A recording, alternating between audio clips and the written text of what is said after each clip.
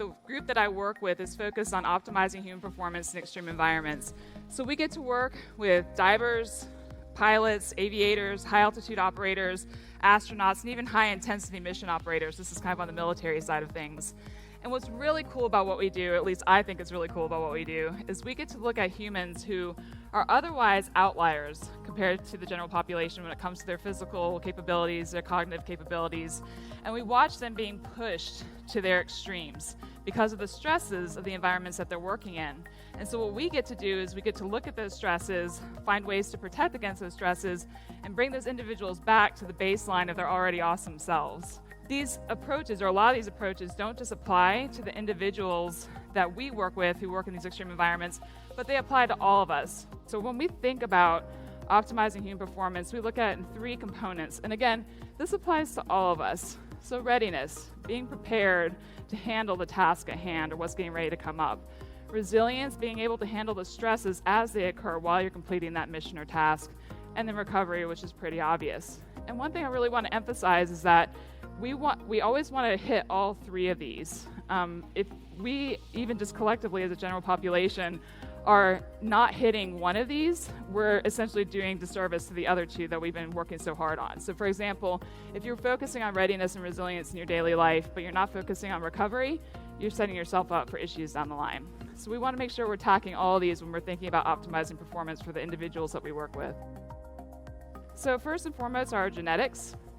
And so we're interested in looking at genes that are related to susceptibility to the stresses that we experience in these extremes.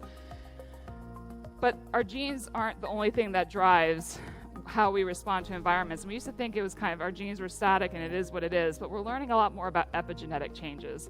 So essentially these are changes that occur that are kind of physical changes to the genes on the outside of the gene structure that impact how a gene is ultimately expressed.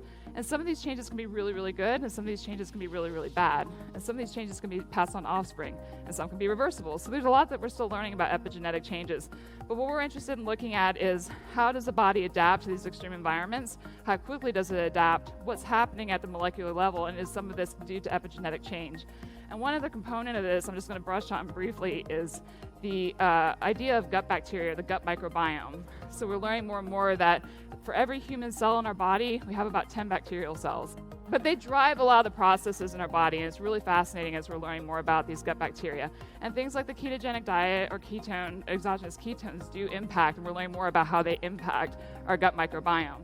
Changing your diet, that's going to change the gut bacteria that you have, and whether or not that's beneficial or not is kind of the big question right now. Our community, especially when we start to look at environmental performance, we always look back to the clinical community to see what they're learning in their space. And we know that the gut microbiome changes or drives a lot of these epigenetic changes that we see and how our body adapts to different environments and different stressors that we put it through. So we're trying to look at building kind of multimodal models, not only to understand the stresses, but also be able to track the stresses, and then look at interventions such as things like exogenous ketones.